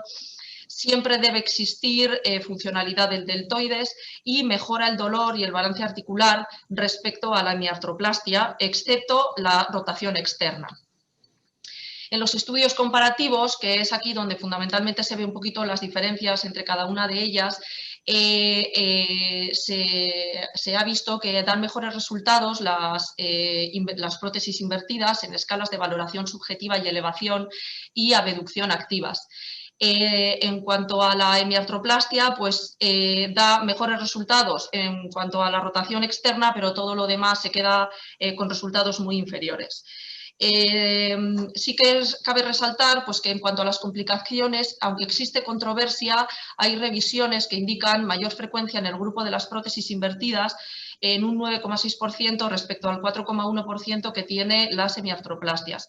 Aunque esto hay que recalcar que es a largo plazo, dado que bueno, pues las prótesis invertidas al final estás protetizando la glena y puedes tener pues, problemas pues, de notching glenoideo o movilización de componentes y demás. En este estudio del 2020 pues, comparan un poquito el tratamiento de las fracturas en ancianos en cuanto con una prótesis invertida o con una placa o con la osteosíntesis con placa. Lo que se ha visto es que a los 2 años, pues en el CONSTANT, la funcionalidad se ve que hay diferencias estadísticamente significativas en cuanto a mayor funcionalidad con la prótesis invertida de hombro respecto a la reducción con osteosíntesis con placa. En cuanto a los patrones de fractura, pues bueno, pues obviamente en los que más se ha visto que hay mejores resultados son en las fracturas pues, más complejas, que con resultados con diferencias significativas. Pero es mejor realmente una prótesis total invertida en un rango de edad tan grande como son los 20 años que separan los 65 y los 85 años. La realidad es que dentro de ese grupo de ese rango de edad hay gente, o sea, no se puede comparar la funcionalidad que quizá tenga de base un paciente con 85 años que con uno que tenga 65. Por tanto, bueno, pues se necesita pues más estudios para ver si realmente en gente más joven la prótesis invertida pues también es una opción válida. En la hemiartroplastia, bueno, pues es un poco lo que he comentado antes. En este artículo que es del 2020 se vuelve bueno, pues a lo mismo que he comentado, pues que está en desuso precisamente por el tema de la pseudoartrosis en las tuberosidades. Se coloca sobre todo en pacientes más jóvenes en los que el manguito rotador está en buen estado. Aunque bueno, muchas fracturas en este rango de edad, en los más jóvenes con el buen manguito, pues quizá se opta por una osteosíntesis y dejar la prótesis como una segunda opción, pero bueno, si las fracturas son conminutas, con afectación multifragmentaria de la cabeza, irreconstruibles, con gran riesgo de necrosis vascular, en lo que la reconstrucción pues bueno, pues no es muy posible, pues se puede optar por la hemiartroplastia. En este otro artículo ya del 2019, pues bueno, pues aquí ya compara la prótesis total de hombro respecto al tratamiento conservador en pacientes mayores. Y se ha visto que, bueno, pues al año de seguimiento, pues se ha visto que el CONSTANT, que es la escala funcional, pues se ha visto pues, que es mejor en la prótesis de hombro, pero no hay diferencias estadísticamente significativas, así como en el déficit funcional que ellos puedan reflejar en la consulta, pero sí hay diferencias estadísticamente significativas en cuanto a las escalas del dolor, pero es similar en las escalas funcionales básicas. Luego ya otros artículos ya se centran un poco en así como en la hemiartroplastia, la importancia de la consolidación de las tuberosidades, también hacen hincapié en la consolidación de las tuberosidades en las prótesis totales de hombro, en las invertidas. Y se ha visto que hay mejores resultados funcionales en prótesis invertidas con consolidación de las tuberosidades. Sobre todo, mejora los resultados de antepulsión, rotación externa y la fuerza en rotación externa. Las prótesis invertidas, a pesar de ello, pues han demostrado clínica y funcionalmente buenos resultados y existen dos preocupaciones fundamentalmente, que es el notching escapular y la rotación externa e interna, que están comprometidas, y de ahí pues, el hincapié que hacen en que consoliden bien las tuberosidades y que se utilicen bueno, pues, los vástagos específicos de fracturas. Este artículo también se centra un poquito en comparar la hemiartroplastia versus la prótesis invertida de hombro. Este artículo es del 2019 y bueno, pues es un poco lo mismo, ¿no? Sí que dicen que la prótesis invertida es un tratamiento fiable en las fracturas agudas de húmero proximal en ancianos, tienen mejores resultados y menos complicaciones a corto plazo que las hemiartroplastias, pero son necesarios más estudios para la gente más joven con estas fracturas complejas. Y ya por último, este artículo ya recoge un poco todas las conclusiones de las que os he ido comentando hasta ahora. Este artículo, aunque es de 2016, digamos que tampoco se queda tan desfasado en cuanto a los artículos que hay ahora, que tampoco nos aportan nada muy novedoso. Entonces, las prótesis invertidas son un tratamiento efectivo en las fracturas de húmero proximal en pacientes de 65 años o mayores, con mala calidad ósea, con una fractura con deficiencia del manguito rotador asociado o con fracturas con artrosis de la glena. Dan mejores resultados funcionales. Aquí, bueno, hablan a largo plazo, que bueno, aunque hemos visto en estudios anteriores que os he comentado, pues sí que está lo de la tasa ligeramente mayor de complicaciones, pero a pesar de ello, pues hablan de mejores resultados. Y aunque la hemiartroplastia sigue siendo una opción variable para el tratamiento de las fracturas de húmero proximal, la prótesis invertida debe ser firmemente considerada como tratamiento de elección en pues, las indicaciones previas que hemos comentado. Para ilustrar un poco pues, este tema, sobre todo de la consolidación de las tuberosidades y de la funcionalidad posterior del paciente, pues he seleccionado 3 casos clínicos. Este es un paciente de 45 años, que todos los casos son de nuestro centro. Este paciente tiene 45 años, sin ningún antecedente de nada, se cayó sobre ese hombro y pues, tiene esta fractura multifragmentaria de hombro. En el escáner pues, se ve pues, que las tuberosidades es por lo menos una NIR 4 y aunque no hay luxación, pues se ve que está francamente destrozada. Entonces optamos por ponerle a este paciente, por sus características, una hemiartroplastia de hombro. En este concreto, pues este vástago no es de fracturas, pero bueno, a pesar de ello, consolidaron las tuberosidades. Y este paciente está operado en junio del 2018. O sea que llevaría ahora mismo pues 3 años operado, va a hacer ahora este año. Él ahora mismo no tiene dolor, pero funcionalmente está en una abducción de 90 grados y una flexión de 90 y la rotación externa la tiene al frente, rotación interna llega justo al sacro. Este es un paciente de 79 años que bueno, pues se cayó, tiene esta fractura luxación de hombro izquierdo. En el escáner pues se ve que tiene la cabeza pues donde ha comentado antes la compañera, doctora González, que se queda ahí en la zona debajo de la coracoides. Esta es la reconstrucción. del escáner y bueno, en este hombre pues optamos por ponerle una invertida de hombro de entrada y este es un vástago que no es específico de fracturas, a pesar de que, bueno, pues vemos que con el paso del tiempo las tuberosidades no han consolidado, pero él tiene una función de una flexión de 100 grados, con una abducción de 90, la rotación externa la tiene al frente, pues como la literatura dice que se cumple, vamos, que la limitación de la rotación externa, y luego la rotación interna tiene a lumbares. Y luego este último caso es una mujer de 80 años, que también una caída sobre ese hombro, los cortes del escáner. La reconstrucción en esta mujer, por sus características, por la edad, por la calidad ósea, decidimos ponerle una invertida.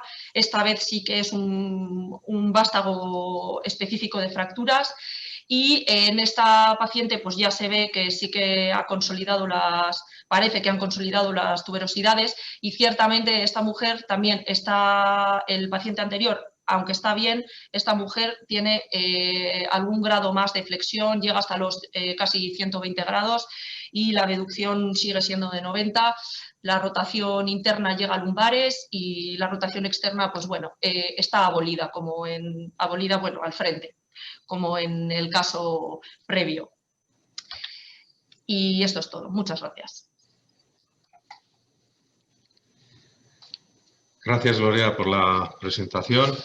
Felicitar a todos los ponentes por la claridad de sus exposiciones y agradecerles el trabajo que se habrán tomado en la preparación de todas estas ponencias. Ahora voy a ver si tenemos aquí alguna pregunta. Creo que sí. Bueno, tenemos una pregunta que nos dicen si influencia en la toma de decisiones terapéuticas los resultados de los estudios como el PROFER, en los que apenas se encuentran diferencias significativas entre el tratamiento quirúrgico y el conservador. A cualquiera de los ponentes, si quiere contestar.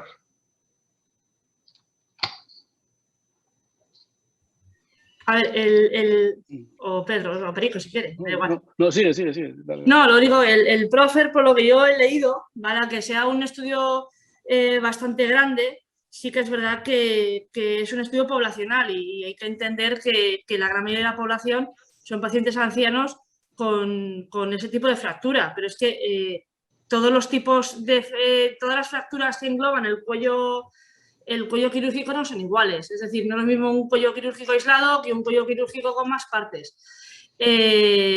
Yo sinceramente pienso que esos resultados que he insistido que están publicados en 2015, si se separasen por tipos de fracturas, serían diferentes.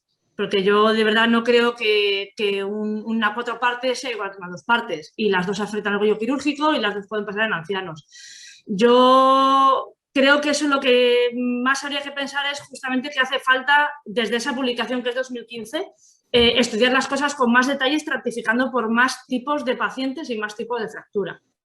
Porque sí que es verdad que muchos los hemos intervenido y otros hemos dejado ortopédicos y en algunos casos pues vemos que puede ir bien uno u otro con claras diferencias. Yo creo que la evidencia científica en este caso está poco desarrollada, es lo que puedo decir. Sí, yo estoy absolutamente de acuerdo. El trabajo PROFER que se menciona en todos los congresos de hombro y en todos los foros es un estudio que la pregunta era que si lo teníamos en consideración a la hora de decidir tratamiento quirúrgico. Yo cuando salió el trabajo sí que dije, hombre, vamos a ver, porque vamos a leerlo, vamos a disecarlo bien el estudio y realmente es criticable por todos los niveles. Es un trabajo que está ya, lo que un poco nos dedicamos a esto, no le hacemos excesivo caso por lo que ha dicho mi compañera. Es absolutamente heterogéneo, mezcla todo tipo de fracturas. Lo que sí es cierto es que te da cierta tranquilidad a la hora de cuando decides un tratamiento conservador. En fracturas relativamente sencillas, en jóvenes a veces, y en fracturas complejas, aunque sean en ancianos, te da cierta tranquilidad saber que hay un estudio de muchos pacientes en los que el tratamiento conservador no va tan mal, pero el trabajo como trabajo metodológicamente es muy criticable.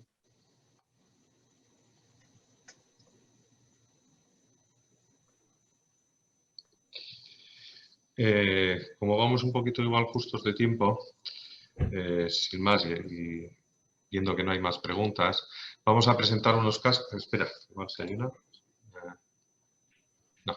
No. Vamos a presentar unos casos clínicos y haremos un sistema de preguntas-respuestas pues para ver qué opinan pues, los participantes en esta charla sobre los mismos. ¿Qué presenta Zaira? Sí, lo presento yo. Vale. A ver, voy a compartir esa pantalla y vamos. En principio, deberíamos poder hacer una votación de estas que luego te dice, que bueno, un poquito interactiva desde casa, por así decir. A ver si nos sale bien. Aquí.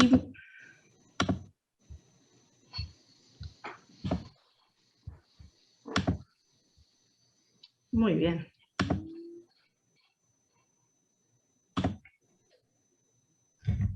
Bueno, pues aquí empieza, digamos, lo divertido, porque como hemos dicho, como hemos visto entre todos, no nos ponemos entre nosotros mismos de acuerdo en qué hacer, porque la evidencia al final casi tira de la experiencia personal, más quedó publicado. Y bueno, pues vamos. El primer caso, tenemos un señor de 75 años con antecedentes de hipertensión, EPOC y esquizofrenia. Se cae y se hace esta fractura, pues presumiblemente en dos partes. Partimos simplemente de esta placa preoperatoria, ¿vale? No tenemos un estudio radiológico en condiciones, ¿no?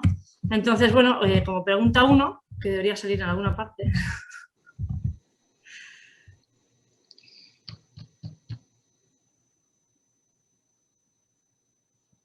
¿Os sale algo para votar?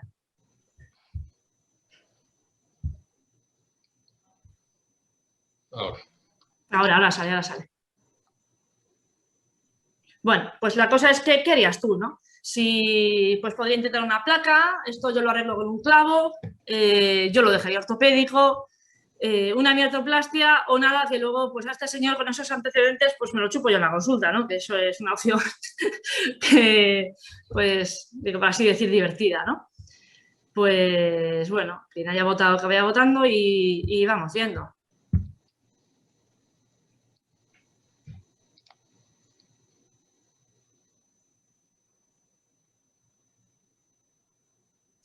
Vale, pues un 50% entre clavo y ortopédico y bueno, pues vamos a ver. Nosotros realmente, si me deja pasar aquí, lo que hicimos fue hacer una reducción cerrada con clavo, ¿no? Una fractura de este tipo en dos partes, pues la creímos subsidiaria de este tipo de tratamiento, ¿no?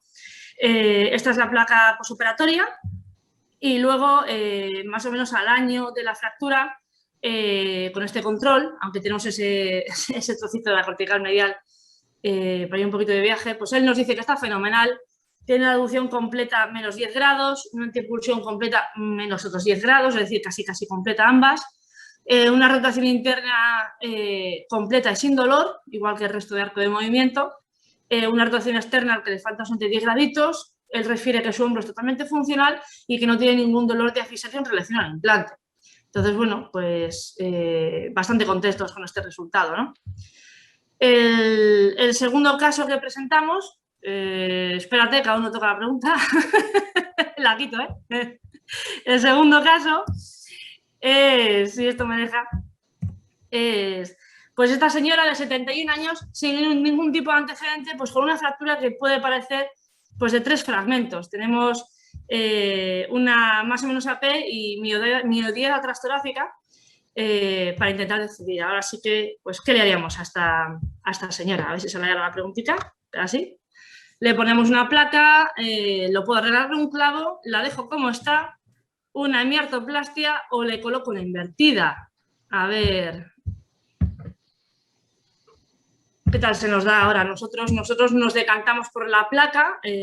Aquí realmente pues no sé si irá por las guías o qué hemos hecho, pero bueno, realizamos bastantes cirugías con placas, no se nos ha dado muy mal o no demasiado mal.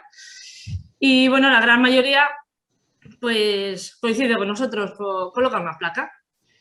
La invertida, bueno, podría ser una opción. No habría que, en este caso yo no me decantaría por esa opción sin un TAC, que es realmente lo que le falta y el gran déficit de este caso como el anterior, ¿no? Esta es la placa posoperatoria con una reducción que, bueno, pues creemos aceptable. A ver, que cada vez que me sale se me va. A los 3 meses, pues tiene más o menos este aspecto donde todo se reduce y no hay movilización de los fragmentos. Y al año, pues también pues, mantiene bastante buena pinta. No parece que haya signos de necrosis vascular ni ningún tipo de movilización y parece pues, que consolida. Presenta una flexión de 120 grados pasivos, activos de 95, una abducción de 100, una extensión de 50 grados. Y bueno, esto es la copia de la última revisión que hizo quien le vio, ¿vale? La mano se la puede llevar al pabellón auricular en rotación externa y en interna pues llega hasta más o menos el E5. Esta señora pues mayor de 75 años está bastante contenta con el resultado que tiene. Caso 3, debería poner aquí, perdón. Tenemos esta señora de 68 años con su hipertensión, su tabaquismo, su obesidad, se me repite la hipertensión y su dislipemia, con esta fractura que, bueno, pues que parece que tiene ahí un trazo entre la cabeza, la diáfisis, aquí sí, pues sí, le acabamos pidiendo un TAC y confirmamos la afectación de la cabeza de ese trazo proximal y lo mismo que le haríamos a esta buena señora.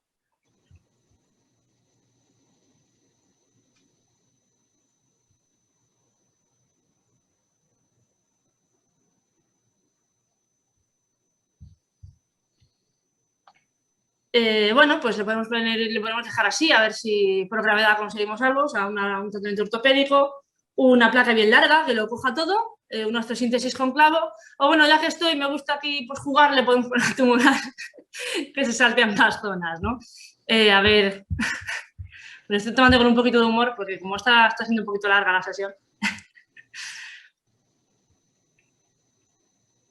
Vale, estamos... Bueno, hay quien lo deja ortopédico, que es una opción buena, la verdad es que con los trazos que tiene podría ir, aunque bueno, para algunos puede ser un poco más latazo de seguir que para otros, para el paciente, para el cirujano que lo decida. La placa bien larga, ¿sí? Y bueno, más o menos la mitad coincide con el clavo. Pues nosotros sí, también le colocamos un clavo bien largo, porque la extensión de la fractura, donde bueno, más o menos pudimos controlar toda la reducción, la placa posoperatoria y el control a los 5 meses y más o menos al año de la fractura, pues esta señora se vuelve a caer y se hace esta suculenta fractura en 4 partes del hombro contralateral. He puesto esta placa transtorácica para seguir ilustrando de que la transtorácica no es una buena idea, aunque en sitios aquí también a veces nos la hacen, pero bueno, si podemos ir eliminándola, pues un poquito mejor, porque no aporta demasiado. Le hicimos un TAC. Ahora este estudio sigue radiológicamente, pues lo hicimos mejor. Y tenemos este patrón de fractura donde, bueno, sí, la articulación está más o menos en su sitio, pero hay bastante afectación en general de la extremidad proximal del húmero. Y ahora, pues, a ver, ¿qué haríamos con esta señora? Se ha roto el otro, está un poco obesa, se ha roto el otro hombro hace nada. Pues a ver qué le haríamos. Se puede intentar una placa, podemos hacerlo con un clavo, la dejamos ortopédica. Una invertida o nada, que por Dios ya gasta mucho dinero aquí de la Seguridad Social y aquí un cupo no podemos gastar tanto, ¿no?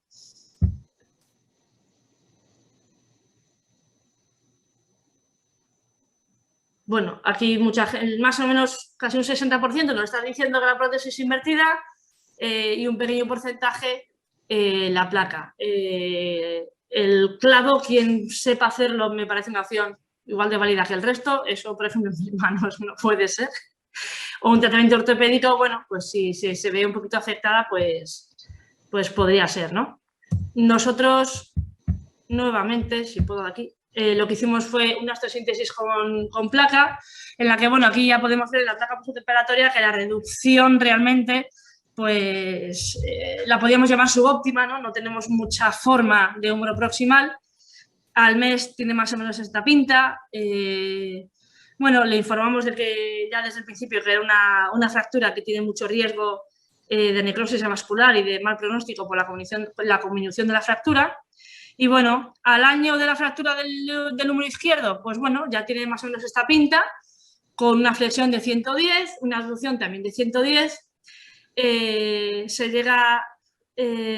puede llegar con un poquito de ayuda a la nuca, y la rotación interna pues llega hasta más o menos el L2. Del otro lado, la pega de este caso es que pues lo hemos puesto realmente pues, en los dos hombros, porque puede influir un poquito en la decisión quirúrgica, pero este lado derecho Santi tiene 3 meses de evolución. De momento obtiene una flexión de 40 grados, una abducción también de 40, aunque pasivo puede llegar a 90. Se llega con la mano a la mandíbula y al glúteo. Estamos, bueno, pues a ver si eso termina de pegar, si hace una consolidación viciosa, o si acaba en una necrosis avascular. Pero bueno, se podría predecir aquí una posible cirugía de rescate, ¿no? Con los resultados postquirúrgicos que hemos tenido. Aunque bueno, la opción suele ser de entrada intentar reconstruir. El caso 5, yo también estoy muy fina hoy con la numeración. Este es un señor que tiene 45 años y que se cae y se hace esta fractura en 4 partes. Con este tag en el que vemos gran comunicación del foco y que, bueno, lo mismo, a ver qué le haríamos a este buen señor. Recordemos que es el más joven de toda la serie y a ver qué tal.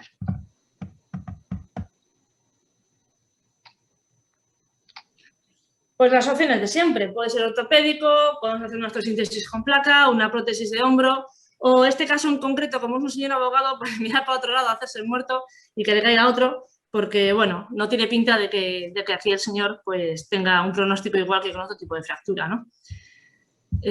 Vamos a ver.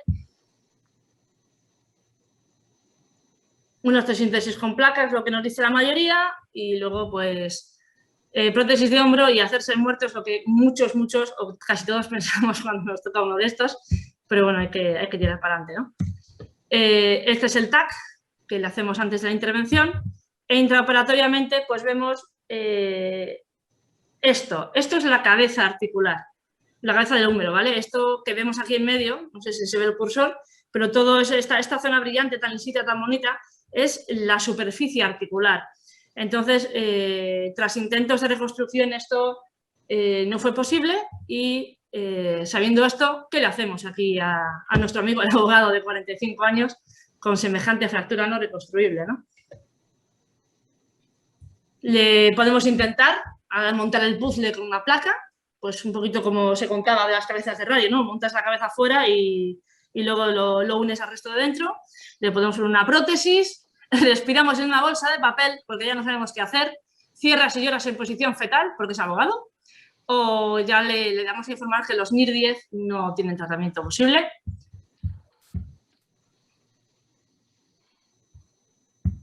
Y bueno, obviamente pues con esa fotografía intraoperatoria ya sabemos que, bueno, sí, entre llorar y respirar en bolsa, por ahí pasaremos muchos, pero sí, finalmente después de esas acciones le acabaremos colocando la prótesis. Y bueno, pues estos son los resultados posoperatorios radiológicos. No tiene una funcionalidad realmente satisfactoria, sino que, bueno, para su nivel de actividad, que su demanda es baja, con su actividad laboral y su, bueno, pues escasa implicación deportiva y su escasa actividad física, pues el tío, de momento, para el problema que ha tenido, de momento está conforme. Pero vamos, que tampoco es lo más deseable que no se haya pasado a ninguno en quirófano ni de caso bonito para tratar, aunque sea curioso para comentar. Y bueno, hasta aquí los casos clínicos. Voy a dejar de compartir, si logro hacerlo.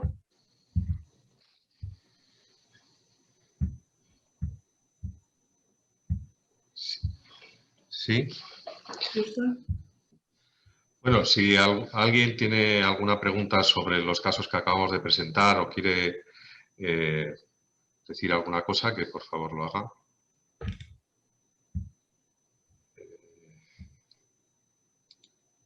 Preguntas aquí en el panel no se han lanzado. Yo simplemente a efectos, pues más o menos de resumir un poquito, creo que hoy en día, aunque no se hace, pero hoy en día sería mandatorio realizar un TAC en todas estas fracturas complejas de extremidad superior de húmero. Una vez que haces el TAC, pues ya es más fácil tomar una decisión respecto a qué tipo de tratamiento hacer. Segundo, yo creo que en el caso de decidir una osteosíntesis, en la mayor parte de los casos complejos, habría que tener una opción B, que puede ser la prótesis, y siempre tendría que estar allí. Es decir, si nosotros queremos hacer una osteosíntesis, pero no podemos, por la causa que sea, y nos vemos desbordados, pues siempre tendremos la solución de la prótesis. Aquellos que venimos de una escuela un poco más plaquera, pues somos más dados a hacer osteosíntesis y reducción con placas que la utilización de clavos, que probablemente pueda ser la escuela francesa o los que venimos, ya digo, de placas, pues optamos por esa técnica. Pero que hoy, a día de hoy, yo creo que el TAC es la técnica fundamental para llegar al diagnóstico. Segundo, si decidimos la osteosíntesis, tener siempre cerca la prótesis, porque pues a veces te lleva sorpresas, pues como la de ese pobre abogado que tenía la cabeza ahí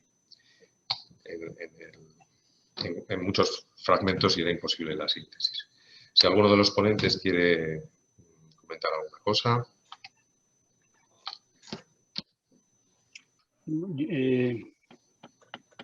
Sí, Pedro. Ahora se me oirá, ahora que Sí. me acabo de activar.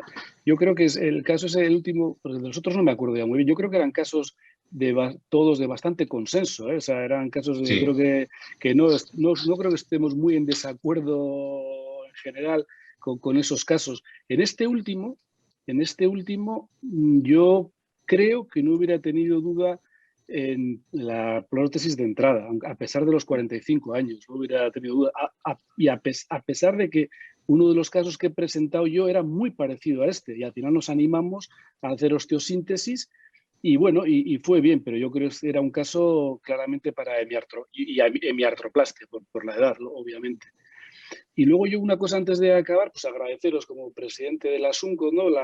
Joder, yo creo que por fin a un comarcal se le dé la oportunidad a un hospital como el vuestro nuevo de que participe de manera activa organizando un webinar como este, ¿no? Y muy bien, y os doy la enhorabuena francamente.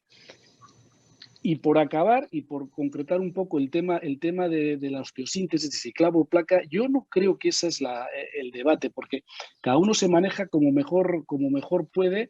No creo que hay que ser muy dogmático, pero sí una cosa es muy, muy evidente, y los que no lo hayan probado es bueno que se metan un poco en lo que es el abordaje directo, el abordaje lateral, porque a la hora de abordar estas fracturas, el abordaje delto pectoral es muy malo, muy malo.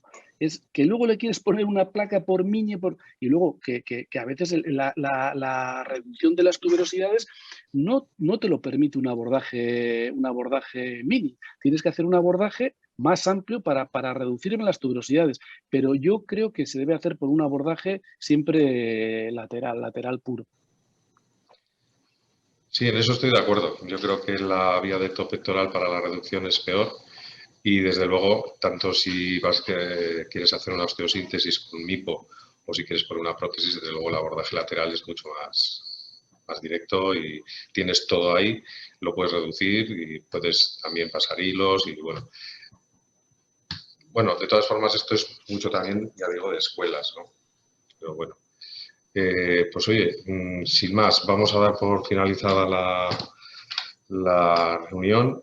Agradeceros nuevamente a todos los ponentes por el trabajo que os habéis tomado. A ti, Perico, porque muchas gracias, tanto por la invitación como por haber participado. Y a los 40 y tantos que veo por aquí que han estado pendientes, pues bueno, si no han encontrado ninguna cosa un viernes a la tarde con el día que hace hoy, más que estar aquí, pues también agradecérselo muy de veras. Y sabéis que nosotros somos un hospital reciente y que estamos dispuestos a participar en todas las cosas que nos podáis decir. Sin más, yo creo que vamos a dar por finalizada la reunión y nada más. Muchas gracias a todos. Muchas gracias. Venga, agur. Hasta luego.